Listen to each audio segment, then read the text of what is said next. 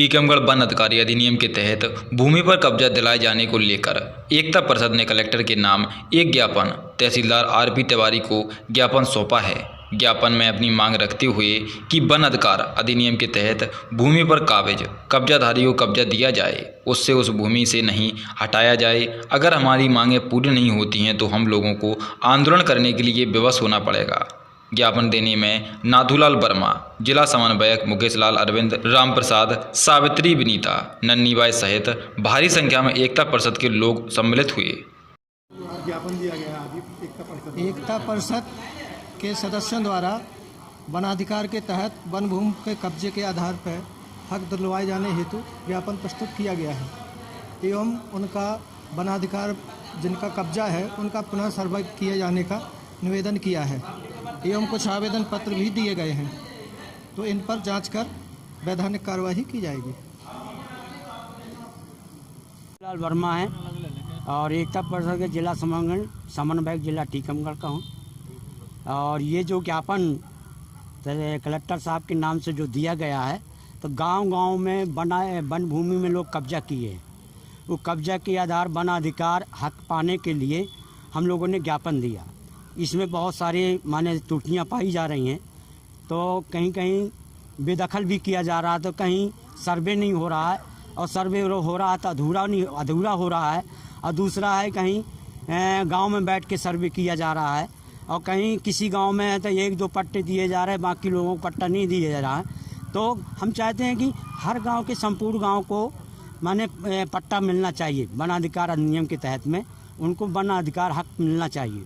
तो ये सरकार जो है हमारे गरीबों के साथ में, हमारे कब्जाधारियों के साथ में एक खिलवाड़ काम कर रही है, और उसी के साथ साथ प्रशासन भी खिलवाड़ कर रही है। और थोड़ी क्या है कि ज़मीन हमारा 5 एकड़ में कब्जा है, लेकिन उसमें क्या किया है कि जैसे पानी के अभाव के कारण आधे में या कम में माने खेती किया है, तो उसी थोड़ी सी ज़मीन का उन्हें सत्यापन करते हैं, माने पूरी ज़मीन का सत्यापन नहीं किया जा रहा है। अभी ज्ञापन दिया तो क्या जी आश्वासन दिया?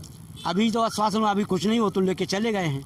आश्वासन कर जाना तो अभी तो उन्होंने जवाब भी नहीं दिया कि हम जी आगे मांगे नहीं पूरी गई, तो हमने तो 15 तारीख को घोषित ही कर दिया उनके सामने कि हर पंचायतों में अपने पंचायतों में धरना में बैठना है।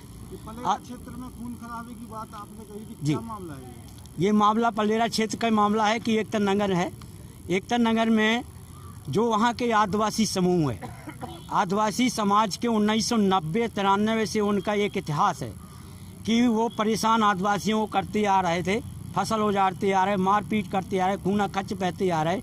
ये पुराना इतिहास है। 36 बार उन्होंने हमला किया, आज भी हमला करने को नहीं छोड़ रहे। तो एकता नगर में 24 पट्टे मिल गए थे, 23 लोग बाकी थे।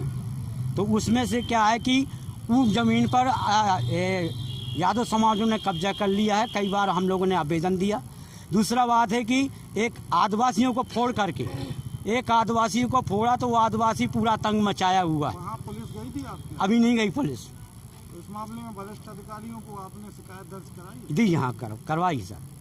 तो उन्होंने कहा कि हम जांच करवा रहे हैं, ये कर रहे हैं। हम कलेक्टर साहब ने कहा कि हम जांच करवाएंगे, सब कुछ करवाएंगे, आप ऐसा थोड़ा 10 दिन के अंदर ये क्या कर रहे हैं। तो हमने देखा कि सब ऐसी ही बात है। ये आप क्या चाहते? तो हमारे अभी एक आदमी ने 8 अपराध किए हैं, और वहाँ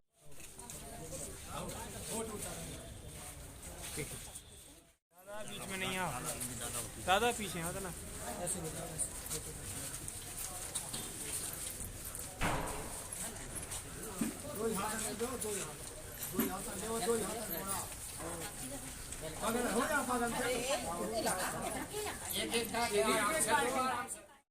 इनका पट्टा देना होगा,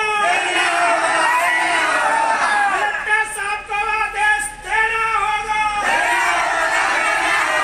पट्टे का आदेश देना होगा।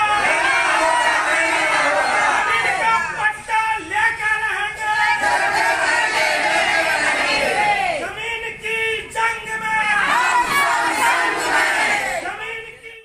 जमीन का पट्टा लेकर रहेंगे।